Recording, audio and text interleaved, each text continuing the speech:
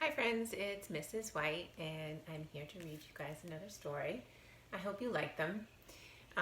This one is called The Third Story Cat, and it's definitely a story about a cat, but I think this word story here is a different kind of story than what we're used to.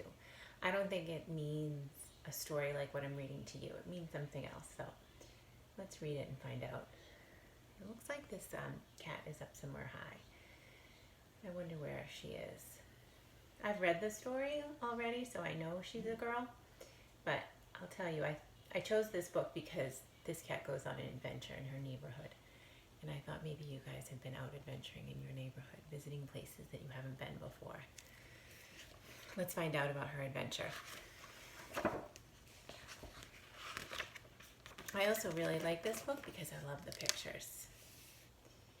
This is where Alice lives, and that's what it means when it says she's the third story cat, because there are three levels or three floors in this building. This is an apartment building. 1, 2, 3. And that top floor is the third story where Alice lives.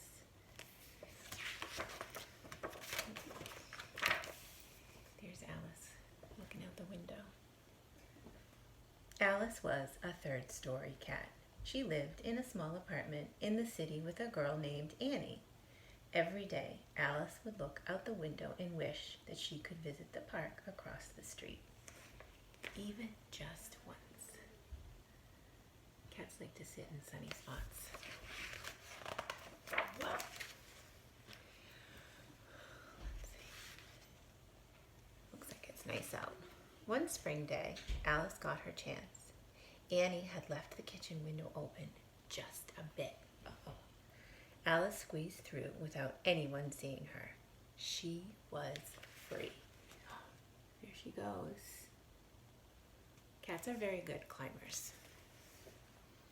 Carefully, she crept along the narrow ledge. It was hard to keep her balance in the strong wind.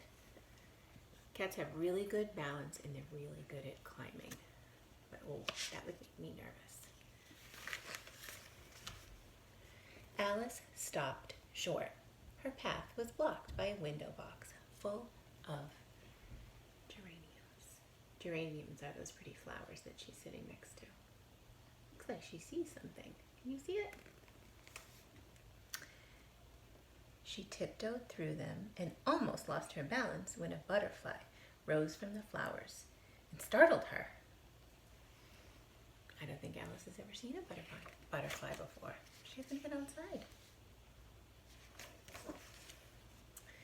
Alice kept going until the ledge came to an end and the street below looked very far away. What would she do? Uh-oh. What does she do? Can you guys see? Alice bravely leapt onto the roof of the building next door. Cats are good at jumping too. They always land on their feet. As she landed, she frightened a small bird taking a puddle bath. Alice was tempted to stay and investigate the bird, but then she heard something rustling in a nearby tree. What could it be in the tree? Huh? Look. I think Alice is going to make a friend.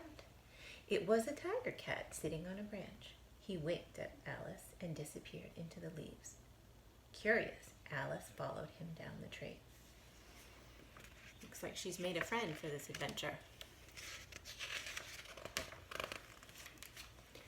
On the ground, the two cats got acquainted.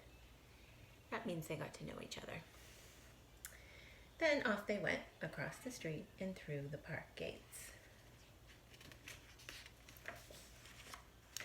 Alice had reached the park at last. Oh, look, she looks so happy.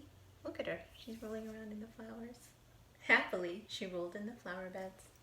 Do you see the children? They think Alice is funny. She doesn't care. She's so happy to be out. Alice had a wonderful time. She followed the tiger cat to the fountain where they stopped to fish. Looking at the fish.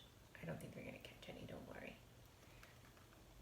They prowled around some people finishing lunch, and found the perfect picnic under a bench.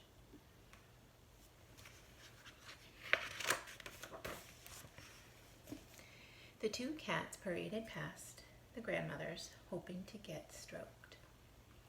They joined some children playing marbles.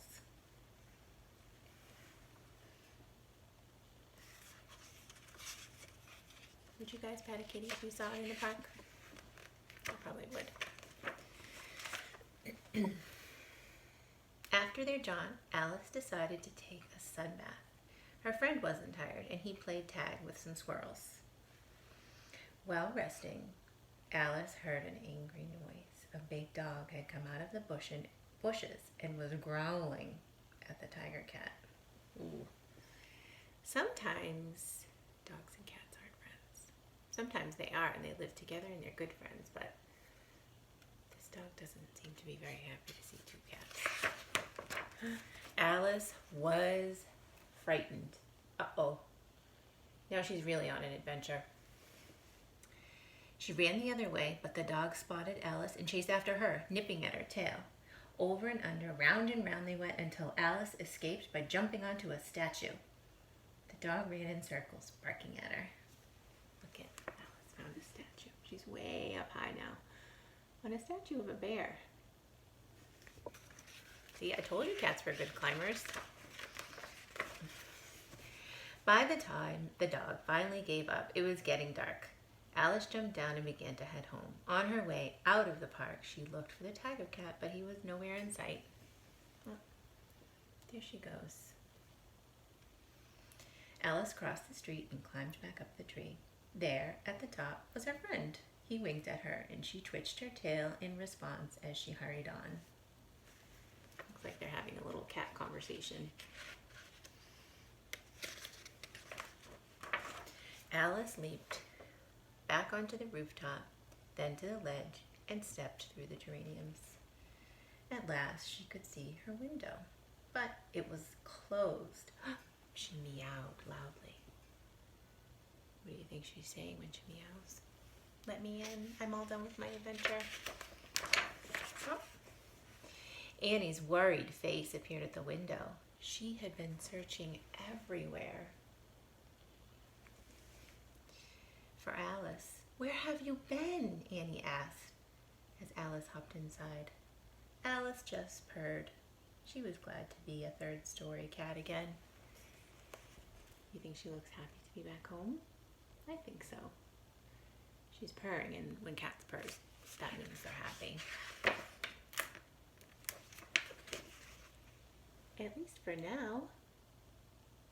There's Alice back by her window. I think she likes to go on an adventure, but I think she likes to be home too. Same with me. Bye, friends. I'll see you next week.